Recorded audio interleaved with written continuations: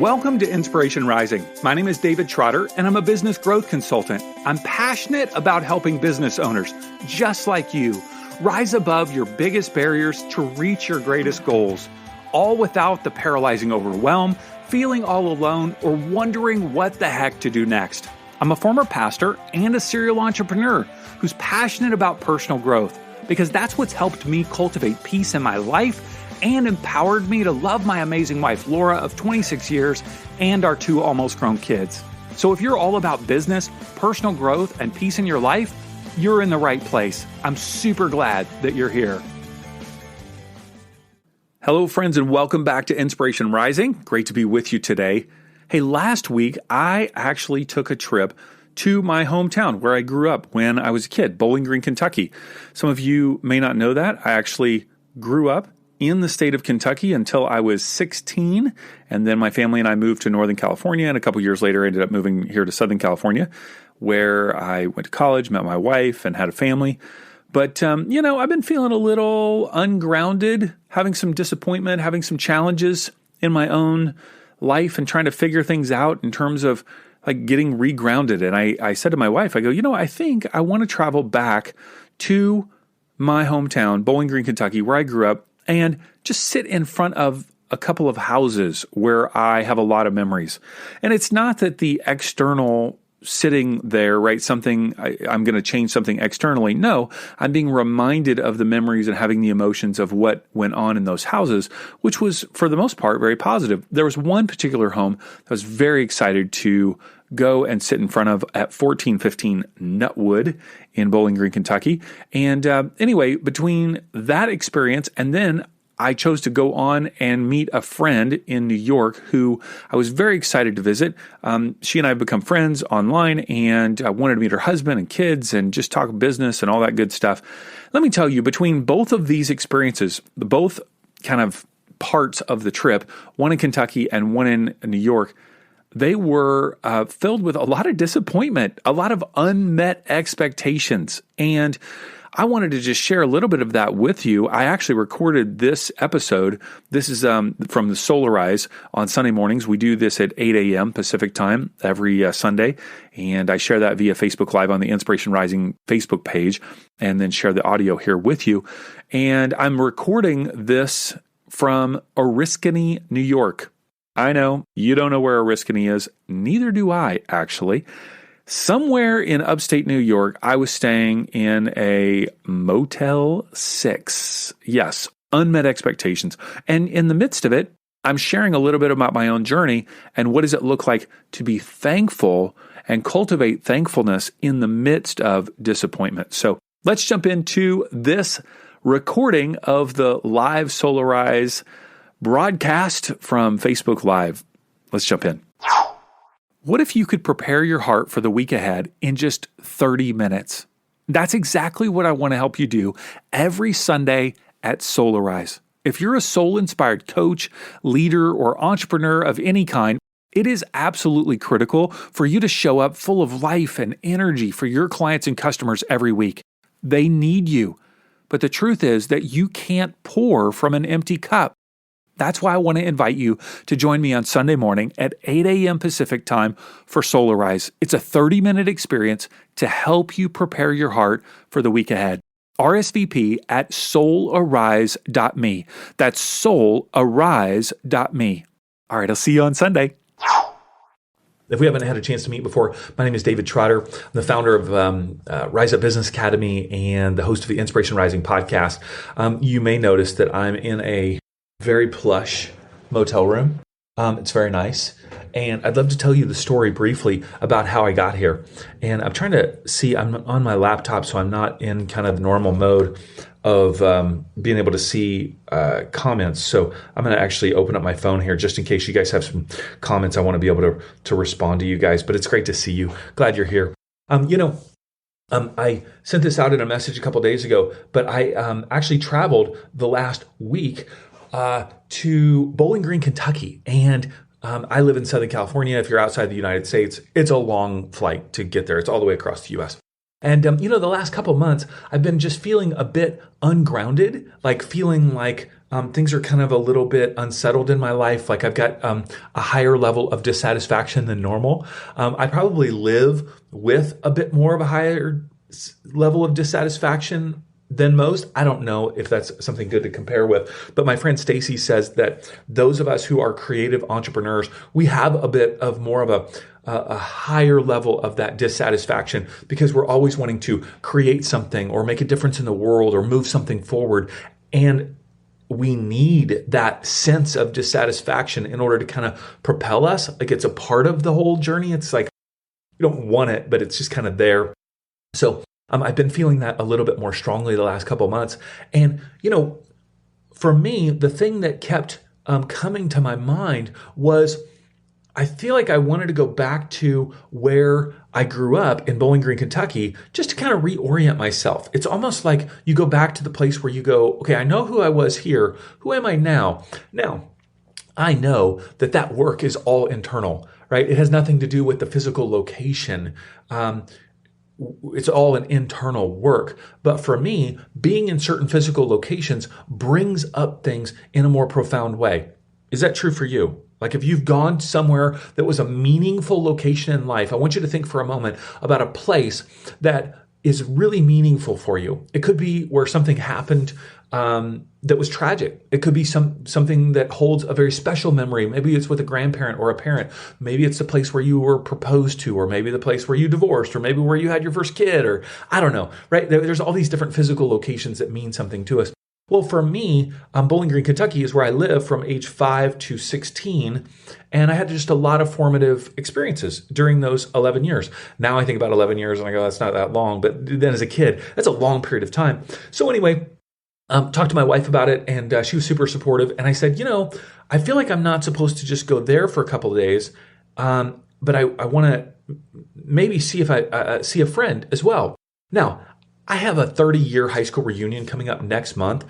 I see these people online on Facebook. Do I really want to go to that in August? No, I was feeling more drawn to, I just want to go there for a couple of days, spend time. And then I thought, I'd love to go see my friend Jessie. She lives in New York. I was supposed to see her in Jamaica. I've done some collaboration things with her online. That'd be super fun to meet her family, her husband and kids and all that kind of stuff. So anyway, I planned this 1-week trip and arrived in Bowling Green, Kentucky. I'm trying to remember even when I got there, all the days seem mixed up to me. Monday, I think I arrived. Sunday, I can't remember. Sunday, Monday. I don't even, it doesn't even matter. I arrived there about a week ago. And so no, it was Wednesday. It was Wednesday. Oh, the days of my head. So I get there Wednesday and I'm going to go out to dinner. And, one of the main reasons why I wanted to go to Bowling Green, Kentucky was to sit in front of several homes that we had lived in. And I just wanted to have those memories. And not that they would be new memories, but I just wanted to have the sense of memories. I wanted to go there. I wanted to see the place where I played baseball, see the place where I'd had my paper route, see the place where I learned photography, see the place where I ran track and cross country and played basketball, see the place. And specifically, I wanted to go and sit in front of this one house that really holds a lot of memories of my childhood. The home was built in, I don't know, late 1800s, early 1900s. And I just wanted to go sit there. And it's a very special house to me in my mind. You may have a house like that. Is there a house that you grew up in that just holds special memories for you? And isn't it weird that these physical homes that we've lived in hold some sort of special, sacred memories for us? And those could even be painful. I feel like there's this flashing going on in the light. I mean, I am in a very nice, motel. It's the computer, blah, blah, blah. You can deal with it. I don't have time to deal with that. This is more about the heart than anything else, right? Okay, so yes, some people are saying this is true. Roxanne, Kristen, hi Dale, you finally made it to the right spot. Amy, good to see you. Okay, so there are these special homes, right? So I'm getting ready to go to dinner at this kind of a nice restaurant that I had seen friends from high school posting about. And I'm like, oh, as I'm driving, I go, that's the street I grew up on, Nutwood. And so I hit a U-turn and I'm going down Nutwood, right? And I'm seeing all the homes that I would walk by because I walked from this house to my elementary school, TC Cherry Elementary School, for many years, right? And I'm seeing all these houses that I used to walk by day after day, year after year. And I'm getting to the place, I'm counting down the addresses, and I'm looking for 1415 Nutwood. And I get there, and the house is gone. It's just gone. Every other house on the street is there. House, house, house. Grass lot, house, house, house, house, house. The house that I flew all the way to Bowling Green, Kentucky in order to see is just gone. Like, it's just a grass lot. My heart sunk. I'm like, are you kidding me? Are you kidding me? I flew all this way to sit in front of this house. This was the house I wanted to see. Now, I had been back to that house in the last 10 years. I've been back to Kentucky maybe a half dozen times since I left when I was 16. It holds a very special place in my heart. And I've always seen this house. And over the years, I've noticed that it's gotten more and more dilapidated. There's a rock wall in front. It was starting to crumble. Last time I went, I don't remember when it was, 7 to 8 years ago. Some windows were boarded up. It didn't look like anybody was living there. Made me sad. The white picket fence in the backyard where my dad and I had built it was gone. There used to be this giant garden that we had as a family, right? And so you are probably thinking, I know what you're thinking. You're thinking, why didn't you just look on Google Maps to see if the house is still there? Well, of course, that night after I noticed that the house was gone, I went on Google Maps. And I will tell you, if you go to 1415 Nutwood in Bowling Green, Kentucky, the picture of the house is still there. So your solution would not have worked. Now, the house, I think the picture said it was from like 2013, 2014, something like that. So if I would have done that, I could have had somebody go, hey, do you want to drive? Who thinks that? Who says, hey, I want to have a friend go drive by and see if my childhood home is still there? No, you just go, this is the whole street of houses. Why would the house be gone? Now it's just a grass lot. And so in my mind, I start to go, what does this mean? What does this mean? I have a meaning-making mind. Most of us do. Most of us, when something happens, we start to try to go, how do I put this into like a construct of the way that I think about the world, right? You meet somebody, it's a weird interaction. I wonder what that meant. Now, some of us just take it for face value and go, well, that was weird, and keep moving on. But others of us, I think like me, go, what did that mean? Does that mean something? I think some people are on the continuum where like everything's got to mean something. And it's kind of like, dude, you hit a red light. It doesn't mean that God was trying to save you from an accident. Okay. It just was a red light. Other people don't care.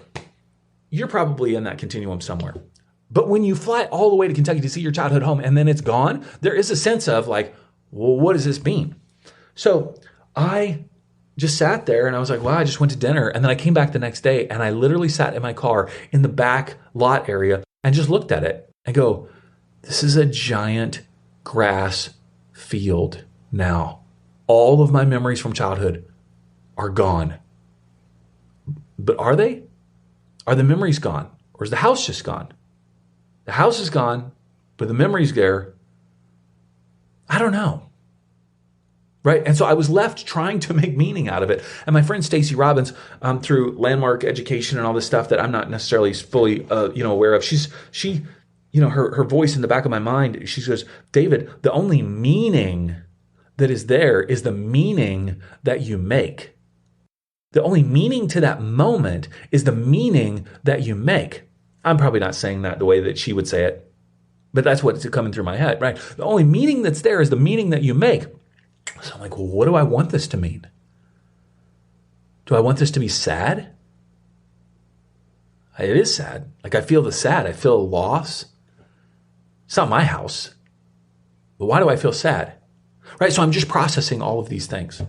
And I spent a couple of days in Bowling Green just processing. And I wrote down in my journal all of these just memories. I was just sitting in front of my elementary school and just capturing memories, right? Good things, and all good things. Like, I mean, yeah, okay, there was that one time where Henry Barrett, like, pinned me on the ground and started, like, pummeling me in the face. That was the only fight I've gotten in my life. I hate that person. I don't even know him. That sounds bad, right? I don't really hate him. But that's okay. That's a memory that came up. That's really one of the only bad memories. There are some like challenging interactions with family, like here and there, but it's really not that bad, right? So, but I'm processing all of these memories. As I tell you each week, the story is going somewhere. So I had a couple of interactions with some friends from high school. And, what's interesting is when you sit down with someone, it's interesting how sometimes people don't ask you questions about you, but they feel comfortable talking about themselves. And so I had a couple of those interactions where people, I don't know, I just create space for them to talk to themselves. And I'm like, oh, this is interesting. Interesting. They're not asking about me. Interesting. Right? It's like, and I start putting these things together and I go, oh, these are unmet expectations that I'm coming to. I had this expectation of sitting in front of this house. The house is gone. When I have sit down with a friend that I haven't seen in a long time, expectations of mutual back and forth. Oh, interesting. That's kind of unmet expectation. Fascinating. Okay. So I get on a plane and I come to Syracuse, New York to visit my friend Jessie. Show up at her house, come to find out her husband's very sick. And stay for a couple hours last night. I get a text from her this morning. Supposed to spend the day with her and her family because I want to support her, but also learn from her and have this collaboration. She texted me this morning. She's super sick. She's super sick. Her husband's super sick. Not a good day to hang out. And yet I came all the way here to hang out with her and her family. Do you see the connection here? I came all the way from California to Bowling Green, Kentucky to sit in front of this house, and now the house is gone. Had a couple of unmet expectation experiences there, and then I go, oh, okay, I'm going to go to New York to spend time with Jessie and her family, and yet she's not available because she's sick. Okay. Wow. Unmet expectations. Isn't that wild? How sometimes in life we just have these desires, things that we want to experience, and we set up a scenario to have a certain experience, and then it just doesn't turn out the way that we would hope that it would go. My guess is that you have situations like that in your life in the past and even maybe in the present, where things that you had hoped for, things that you had longed for, things that you had dreamed of just didn't come to pass, or it didn't turn out the way that you had hoped. And you felt the unmet expectations in that moment.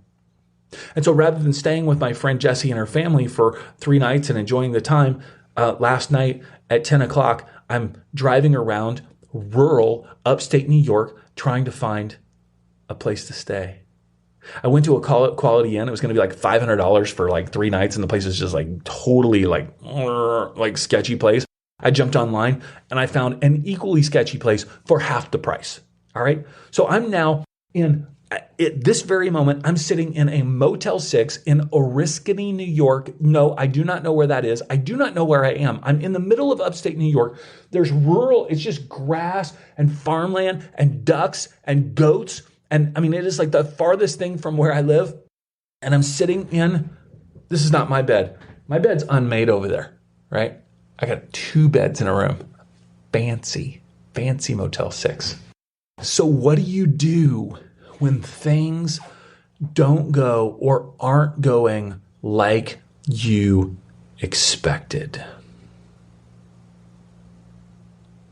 Because that's what I've been living the last week. When things didn't go as expected. And so one of the things that I'm learning, because I'm sharing it with you, is that I can sit and I can mope in this room and be sad that things have not gone as expected this week. I have not had this spiritual breakthrough where I felt grounded. I have not had this amazing moment of relational connection. No, I sat in front of an empty lot. I came all the way to upstate New York to not hang out with a friend because she's sick now. Okay. And so the skill, and I really believe that it's a skill, the skill that I'm leaning into today is the skill of gratitude. It's the choice of gratitude, right? And I started thinking about that experience sitting in front of my childhood home or sitting at Jesse's last night and knowing that, she's sick, he's sick, blah, blah, blah, right? What does it look like to be thankful? To be thankful for what was in the past. Okay, thankful for what was. Thankful for what is in this moment. And then thankful for what can be in the future. You actually can be thankful for what's possible in the future. So think about this with me for a moment, okay? Thankful for what was, thankful for what is, and thankful for what can be. So thankful for what was. I can sit there and I've got all these memories that I've captured and I go, I'm thankful for this house. I'm thankful for watching my dad renovate parts of it. I'm thankful for the cat, my first cat that I got in that home. I'm thankful for the room that I had, that when I was reorganizing things and I pushed my back into the plaster, it broke and it opened up this whole cavern that had Life magazine stacked behind the walls. I'm thankful for those memories.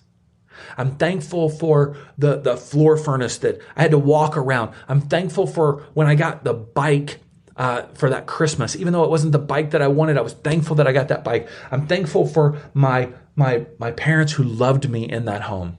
I'm thankful for the memories of climbing the tree. I'm thankful for the memories of cutting my finger. I still have a scar here on this finger from where a knife slipped. You can't even see it. It's right here. I got a little scar on this finger because in that treehouse, I had a knife and it slipped and it cut I'm thankful for those memories. I'm thankful, right? And there are some challenging memories of like, okay, feeling challenged by parents, pushed, blah, blah, blah, blah. But when we are thankful for the past, when I'm thankful for the past, what it does inside of me is it can bring some resolution. All right. When I'm thankful for things of the past, I can develop resolution where it feels like something has kind of settled, right? Some things have kind of just settled in my heart when I get to a place of thankfulness. When I'm in a place of reminiscing that feels like I'm trying to recreate something, or if I feel like I'm angry or resentful about something, or if I feel like something is not settled, I don't have that sense of resolution. And so I'm finding that the more I can be thankful about the things of the past, then it provides me with a sense of just like this resolution. And then thankful for what is. Well, I got to spend a couple days in Kentucky and I filmed some videos that are pretty funny, I think, for a new project that I'm working on. I'm thankful for right now that I have this motel room that has air conditioning that I have turned off because it's too loud. Otherwise, you wouldn't be able to hear me. I'm thankful that I have this beautiful view. I'm thankful that I can go and explore a place that I've never been before. I'm thankful for friends that I can connect with and chat and process these things. I'm thankful for the clothes that I have, the food that I just ate. I'm thankful for this moment. I'm thankful that I have an airplane to ride home on a day early. I'm thankful for the car that I have. I'm thankful for my family. I'm thankful. I'm going to tell you, the thankful for what is in this moment, that is sometimes, maybe it's either of these. Thankful for what is, thankful for what was, thankful for what is, and thankful for what can be, could be hard for you. I will tell you, it's easy for me to be thankful for what was. Because I had a great childhood. I had a great home. I had a great experience in Bowling Green, Kentucky. That's easy for me to be thankful for what was. What is not easy for me is to be thankful for what is right now. I'll just be honest with you, right? It feels like a skill that I have to like lean into and intentionally go, I'm going to be thankful. And sometimes, I have to write it down and then rehearse it because I don't necessarily feel it. So one of the questions that I would have for you is, how much of thankfulness is something that you feel first and then you say it secondly or tell somebody else? Or is it something that you say first out of intention, Okay, you're ready to start your online business and share your expertise with the world as a life coach, health coach, healer, practitioner, whatever soul-inspired entrepreneur you are wanting to be. But how the heck do you turn that dream into an actual business? Well, that's exactly why we're launching Rise Up Business Academy. I want to help you rise above the overwhelm and procrastination to start your online business, stand out from the crowd, and work with your dream clients, all while fulfilling your divine purpose and generating financial freedom. Founding members get access to our signature Launchpad course, weekly live training via Zoom, and as a bonus, you get a membership to Rise Up Creatives, our content development platform. I want to invite you to join now as a founding member at the lowest price we will ever offer membership. Check it out now at riseupbusinessacademy.com. That's riseupbusinessacademy.com. Choice, and then your feelings catch up later. For me, it's easy to have the feeling first in childhood, thankful for what was, and then my words come second. In this moment, it's harder for me to say it up front and then trust that the feelings will follow. But that's what I'm doing today with you, is I'm articulating that thankfulness. And what that does is when we're thankful for the past, it brings resolution. When we're thankful for the present, thankful for what it is, it can bring peace. Just a peace in the midst of whatever challenges you're facing. Because my guess is you have some unmet expectations. You have some challenges right now in front of you that are far greater than me sitting in a Motel 6 in a risk in New York. You know what I mean? So you're probably going, oh, I feel real bad for you, Dave. I feel real bad. It's not about comparison, right? This is my little challenging experience. But you have your own challenging experience. And so my invitation to you is to be thankful for what was and thankful for what is, finding ways to be thankful for the good things that are in your life and even the challenging things. How can you be thankful for what it's teaching you and the opportunities that it's bringing your way? And then the third part is thankful for what can be. I'm in a situation in my life where I'm not sure what the future holds on different things and different possibilities, right? I'm just not sure. Maybe in the past when I have been sure, I've been overconfident of what I, had hoped or dreamed of. And I'm like, I'm not sure what the future holds. But what I can be is thankful.